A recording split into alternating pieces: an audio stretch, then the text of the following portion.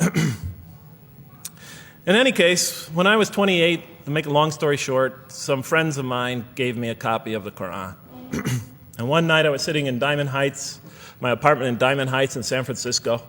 I was working that time at the University of San Francisco. I was 27, 28 at that time, I can't remember.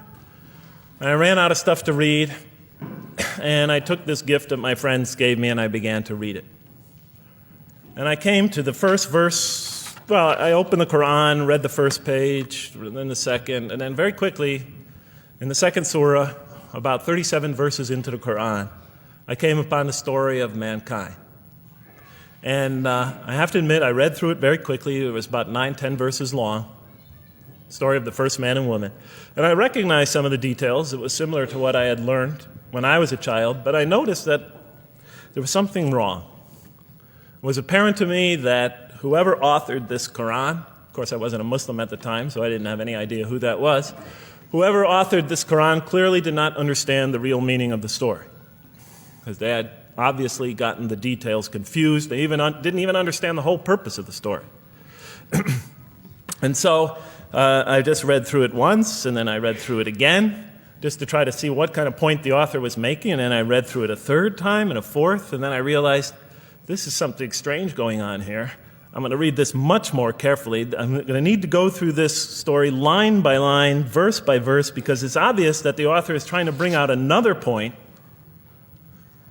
And I wasn't quite sure what it was, but definitely he packs a lot of meaning into almost every word. And I thought the writer at least seems to have a great measure of brilliance. And so I'll try to sort of take you through what my experience was as quickly as I can. So I came to the 30th verse of the second surah, Surah Al-Baqarah, and it began like this. It said, "Behold, your Lord said to the angels, I am going to place a vicegerent on earth." The Arabic word is khalifa. It means a representative or an emissary of mine. "I am going to place a vicegerent on earth." And they said, the angels said, "Will you place therein one who will spread corruption and shed blood, while we celebrate your praises and glorify your holiness?" And God said, he said, "Truly I know what you do not know." See, that's the verse that hooked me. That's the verse that caught my attention. That's the one that kept on making me read the story again and again and again. Because listen to the way it begins. "Behold, your Lord said to the angels, I am going to place a representative of mine on earth, a vicegerent of mine, an emissary, one who acts on my behalf." I thought, that's not the way it goes. You're not supposed to be placing man on the earth in some positive role, some elective office. You place man on earth as a punishment for his sin. Clearly, I knew the author didn't quite get the point. But still, it was an amazing line. But then I come to the next line, and it says, "And the angels say, will you place therein one who will spread corruption and shed blood, while we celebrate your praises and glorify you?" I looked at it again. I couldn't believe the question. They said, "Will you place therein one who will spread corruption and shed blood, while we, the angels, celebrate your praises and glorify you?" I looked at that and I said, exactly. That would be my question. Why would you create this being, supposedly for some positive role, when he's capable of doing tremendous wrongdoing? When he could spread corruption and shed much blood? Why would you create this violent and pernicious creature when you could create angels? As the angels clearly say, while we, the angels, celebrate your praises and glorify you. They're asking one of the most fundamental questions in the entire history of religion. Why create you, man, this utterly fallible creature, this creature who could rebel against God's will, who could do such tremendous wrongdoing, who could wreak havoc like no other creature on earth, when you can make them angels? And look where the question is being asked. It's being asked in heaven. It's almost like saying, look, why don't you just make him angels and be up here in heaven with us, Why don't you just make him angels, pop him into heaven, he's fine. Why would you put him on earth where he could feel distant from you, where he can work out his worst criminal tendencies, act them out, feeling somehow independent and apart from you and free to do whatever he wants? when you could just make them angels and put them into heaven and make them perfectly submissive to your will? I looked at that question and said, that's my question. I'm not even a single verse into the story of mankind, and there before me I see my question. That whole question, everything that I ever thought, everything that I ever experienced, everything that I ever knew was in that question. It was as if the author took my life and wanted to pick out exactly the right question to humiliate me, to provoke me, to anger me. Why create man, this most destructive and violent creature, when you could make him angels? And then look at the answer. And he said, God said, truly I know what you do not know. You know, in modern parlance, we would say, I know exactly what I'm doing. I read that and said, what? You know what you do not know? You know exactly what you're doing? Well, please inform me. Tell me what you're doing. Because, I'm 28 years old and I haven't figured out it yet. And I have a lot of issues that I'm still dealing with that's connected to this question. You can't just get off that easy. You can't just tell me you know exactly what you're doing. Not after what I've been through. Not after you made me this way. And then I realized, of course, I was arguing with a God I didn't even believe in. And that would happen several times as I read through the Quran. And sometimes I would just get into so agitated by what I read, I'd start arguing with this voice that I'm reading before me, that's calling to me. So we turn to the next verse. Well, it turns out that the Quran just doesn't dismiss the question. It starts to answer it a little bit.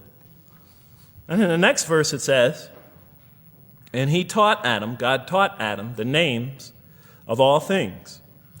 And then he placed them before the angels and said, tell me their names if you are right. So this verse is clearly referring to the previous one. But notice what it says. Now, I from my own background, I remember Adam naming things, but it wasn't connected to any answer to any philosophical question. But here, notice what it says. And he taught Adam the names of all things. And I realized already, just from the first verse, you got to read these verses very carefully because it's packed with a lot of symbolism and meaning. And he taught Adam the names of all things. So here we see Adam is not only just a creature who knows how to name things, who's acquiring the gift of language, but he's also a learning creature. God is teaching him. Now right here, right in this verse, and it'll come even clearer in the subsequent verses, that the very first thing that the Quran is going to emphasize here is man's intellect. He is a learning creature. He is taught. And what is he taught? What is one of the great intellectual gifts he's given? In response to the angel's question, the gift of language. Because through language, mankind can not only learn, but he could learn things not only through his own experience, but he could learn things that other people have experienced of times and places that are hundreds, thousands of years and miles separated from him. And so that all our knowledge becomes cumulative. Every generation learning from the generation before it. I'm learning today from authors I read from other sides of the world that may have existed 2,000 years ago. And so we all contribute to our collective learning and knowledge. And so what I'll see later in the Quran, when the Quran will emphasize this again and again and again. Like in one verse it says, read in the name of your Lord who created. Created a man out of a tiny creature that clings. Read, it commands the reader. For your Lord is most bountiful. Why is he most bountiful? What great gift did he give you? For he taught man the use of the pen. And through it taught him what he otherwise could not know. And time again, the Quran will call upon man to use his intellectual faculties and swear by his intellectual faculties and to use them correctly because they play a fundamental role in guiding him to truth. I never came upon a scripture that puts so much emphasis on the correct use of our intellectual faculties, on the harnessing of reason in helping us attain to faith. And he taught Adam the names of all things. And then he placed them before the angels and said, tell me their names if you are right. Okay, you have this you have this natural question about this creation of mankind. Here, this mankind is this human being, this human creature is a learning creature. He has many intellectual gifts. Here, I'm going to place these things before you. Tell me their names if you are right about man. And what did the angels say? In the next verse they say, "Glory to you. We have no knowledge except what you have taught us. In truth, it is you who are knowing, the wise." They say this task, this intellectual test that's put before them is beyond their grasp. Notice what they emphasize. We have no knowledge. This would take knowledge. This would take an intellect that they don't possess. In truth, it is you who are knowing, the wise. You got it. It's easy for you. You're the knowing, the wise. You have knowledge. You have wisdom. But this would take knowledge and wisdom that is beyond us. And so in the next verse we read, and he said, "O Adam, tell them their names." And when he had told them their names, notice how it's just like it's nothing for him. For mankind, he has this phenomenal ability. And when he had told them their names, as if it's just a triviality for man, he names them. "O Adam, tell them their names." And when he had told them their names, God said, "Did I not tell you that I know what is unseen in the heavens and the earth? And I know what you reveal and conceal?" And he's clearly going back to the angel's question. Yes, you have these natural concerns about the creation of mankind. Yes, he could do these evil things. But look at this tremendous intellect he has. This is something you have overlooked, that you haven't considered. And that's clearly the point of these verses. Even though I felt that the author didn't quite, it was as if I realized that he didn't misunderstand the story. He was taking one of the great stories in the history of humankind, one of the fundamental greatest stories in the history of mankind, and molding it and using it as a vehicle for an entirely original message. And God said, "Did I not tell you that I know what is unseen in the heavens and the earth? And I know what you reveal and what you conceal?" In other words, didn't I tell you I know exactly what I'm doing? And then in the next, and didn't I not tell you that I know what you reveal and conceal? I looked at that. What did they reveal and what did they conceal? What did their question reveal and conceal? I thought about it for a minute. Oh, it's obvious. What did their question reveal? You just go back and look at the question. It revealed the sinful and sinister propensities of man. I mean, it's obvious, right? Why are you all looking at me like that? You're starting to scare me. You're all looking very serious. Am I losing you? Wow. Okay. So, they revealed the sinister and evil propensities of man. But what did their question conceal? And all you have to do is think about it for a minute. Human beings, yes, they could do evil. Yes, they could do wrong. Yes, they could create misery. But they could also do exactly the opposite. They could choose to do evil. They could choose to do tremendous good. They could choose to do tremendous violence. They could choose to show tremendous compassion. They could choose to live by falsehood. They could choose to live by the greatest truths. They could be terribly ugly. They could be terribly beautiful. And up until that point in my life, I, like the angels, that only saw one side of the coin. For the first time when I read that verse, believe it or not, it was an eye-opener for me. I had always been obsessed with the evil potentials of human beings. When I read that verse, I realized that, and I had a great example right in front of me with my own mom, I realized that I had been blinded by only one side of human nature. So we go on to the next verse. "And behold, we said to the angels, bow down to Adam, and they bowed down. But not so Iblis." Iblis is like the father of Satan, satanic beings, forces, creatures, existences. "He refused and was arrogant. He was of those who reject faith." An interesting statement. "And behold, we said to the angels, bow down to Adam, and they bowed down." Bowing down could symbolize two things. Bowing down could symbolize the superiority or potential superiority of one being over another, and so they bowed down to them. Bowing down could also mean that they serve that creature in some respect. Of course, the Quran says that all beings serve God, all created beings serve God. But this verse seems to be indicating, and the rest of the Quran will make it clear, that these angelic beings, these angelic entities, will serve the development of mankind. We'll even see later that the satanic beings serve the development of mankind. Both forces, angelic and satanic, will serve the development of mankind. Because one will present man with a choice to do the most altruistic things.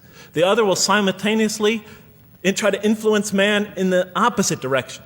And so human beings will be moral creatures, and they'll have to make moral decisions. And it's in those moral decisions that they will grow spiritually and morally as human beings. And they'll take that into the next life. And the angelic and the satanic forces will be catalysts for those moral choices that they make. They will heighten the human being's awareness of the rightfulness and the wrongfulness of the choice he's about to make. And the self, the soul, the nafs, as they say in Arabic, will have to make the ultimate choice between good and evil. And that choice, that test will come again and again and again as human beings either grow or decline. And those tests will come again and again and again to try to help him towards his spiritual evolution, to bring him back, but that choice is ultimately ours. But I'm getting ahead of myself. And so we said to the angels, bow down to Adam, and they bowed down. But not so Iblis. Iblis is Satan, this rebellious force, this evil prompter, the one who whispers into the human heart. He comes into being. And with the introduction of Satan, we have the introduction of evil, that evil influences on human beings. And notice why Iblis does not bow down. He refuses because he was arrogant. You know, we often hear what's the root of all evil? In the West, it's always money, greed, etc. Here the Quran seems to be saying that the root of all evil is not always material wants. It's not always money, it's not always greed. At the heart of evil is arrogance. Putting yourself above all others. Of assigning to yourself special priority and neglecting the rights of others. Of pride and arrogance and envy, the source of evil. He was of those who reject faith. I looked at that verse and I said, okay, I get why you would create angels to sort of influence man in a positive direction. But why in this story now are you introducing Satan? What sort of role was Satan play? And then, of course, you just think about it for a minute and you say, yes. The story is telling us that on one hand, we have these magnanimous urgings come from one direction. On the other hand, we have these satanic urgings coming from another direction. In other words, the Quran is telling us that man is not only a learning creature, but he's a moral creature. He has understanding of right and wrong. And God infuses those, allows those influences to come to him. Man is not only an intelligent being, but a moral being. And we said in the next verse, O Adam, dwell you and your spouse in the garden, and eat freely thereof what you wish, But come not near this tree, for then you will be among the wrongdoers.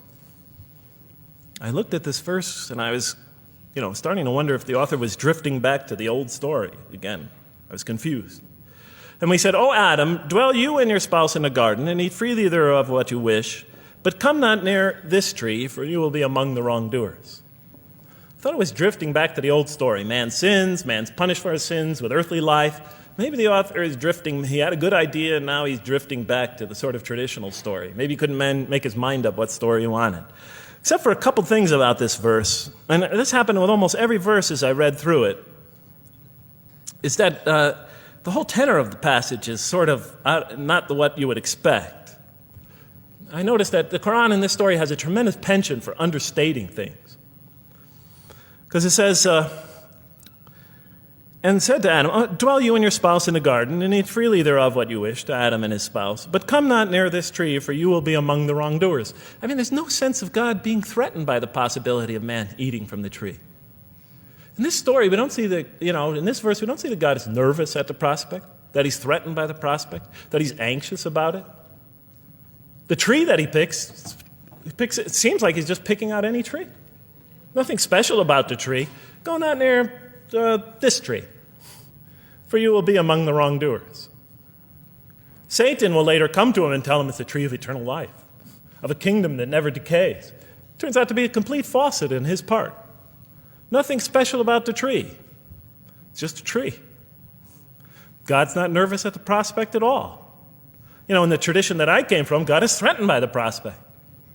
He has to put an angel with a fiery sword by to protect the tree so that mankind never goes next to it again. I'm not putting it down. I'm just pointing out the difference of the story. They're both beautifully told.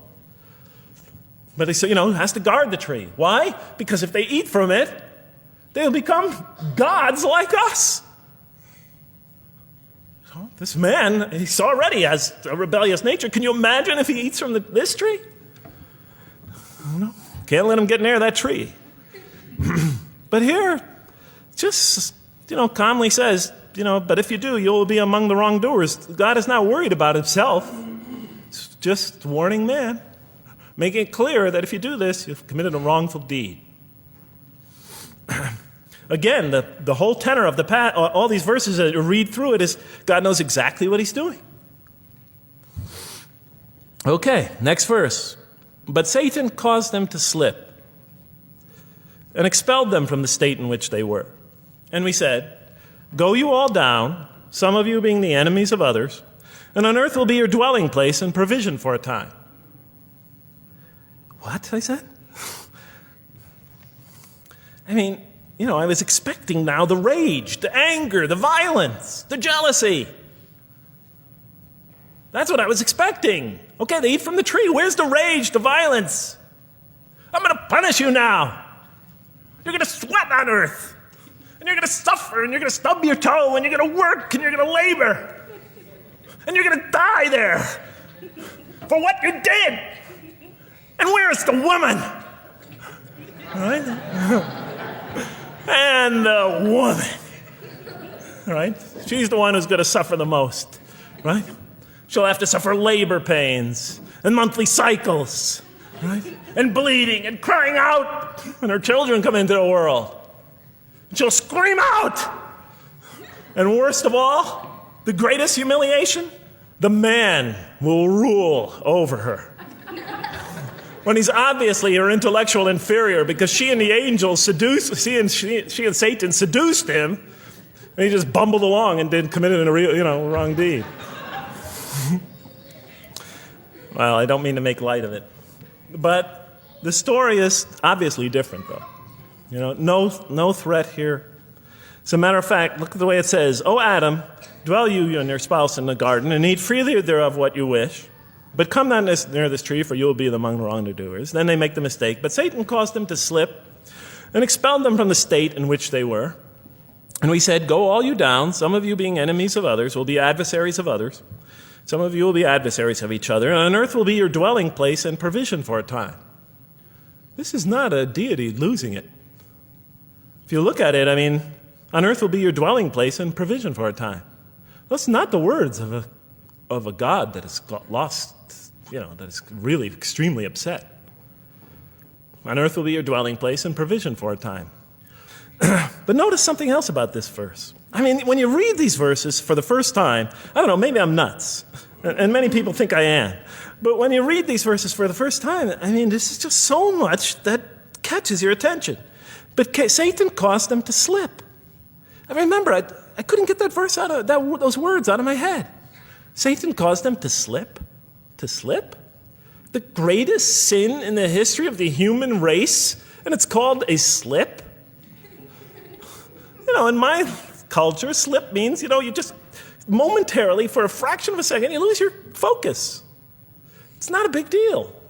My Uncle Bob used to always say to me, Jeff, I'm sorry I'm 5 minutes late, I slipped up. The understanding is it's no big deal. It's just a slip. That's what we say when we make a minor mistake. I slipped up. Don't worry about it. Never happen again. A slip, I said? Momentary loss of focus? The greatest sin in the history of humanity? Why we're all here? Why we're all suffering? Why we experience death? A slip? I didn't believe it. I went to my Arabian friends at that time. I didn't know any Arabic. They came to this verse. We went through it line by line. I said, now don't change any words. Just read them one at a time. But Satan made them, and I said, okay, this one right here. What does it mean? Tell me what that means. They looked at it, it says, slip.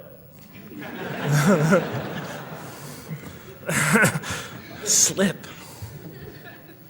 And expelled them from the state in which they were. A slip, I thought? But then maybe I was trying to force the traditional understanding, the traditional interpretation. Maybe it was just a slip. I mean, after all, they didn't commit murder. They didn't commit robbery, rape, pillaging, assault. They ate a couple of pieces of fruit. Well, it's not the greatest sin in the history of humanity by any means. And then the next verse says, and then they were expelled from the state in which they were. Well, what state were they? Let's see now. Let's go back from where we started. First, mankind is being taught. We see he's an intellectual being. Then we show he's a moral being. Moral being means he's a being that's going to have to make choices. And then God gives him this choice. It's not a huge deal. It's not the gravest sin in the history of humanity by any means. It's minor by any standards. They make it, though. We see that God originally intended to put man on earth as his vicegerent. We see a period of preparation where he's being prepared intellectually, where he's growing intellectually, where he's growing as a moral creature. When does God finally put him on earth? What signals that he's ready to begin? He makes his first independent choice. It's not the worst deed in the history of humanity. It's minor on anybody's scale, but it shows that mankind is ready to act on his own, to be his own, to make his own choices, that God has empowered him to make choices, and he's ready to make them and carry them out and see them most often to their expected ends, if God wills. And that seems to be the only real significance of it. But I thought, maybe I'm getting this wrong. Maybe God just blows off into an angry rampage the next verse. So I look at the next one and it says, and then Adam received words from his Lord. And God turned to him mercifully, for he's oft returning, ever merciful. Well, if I had any doubts up till now that God is not enraged by what this has happened, that God hasn't prepared mankind for this choice, for what was eventually going to happen, that all this was preparation for mankind to begin his earthly sojourn in this famous allegory. If I had any doubts before now, I had them, certainly didn't have them after reading this verse.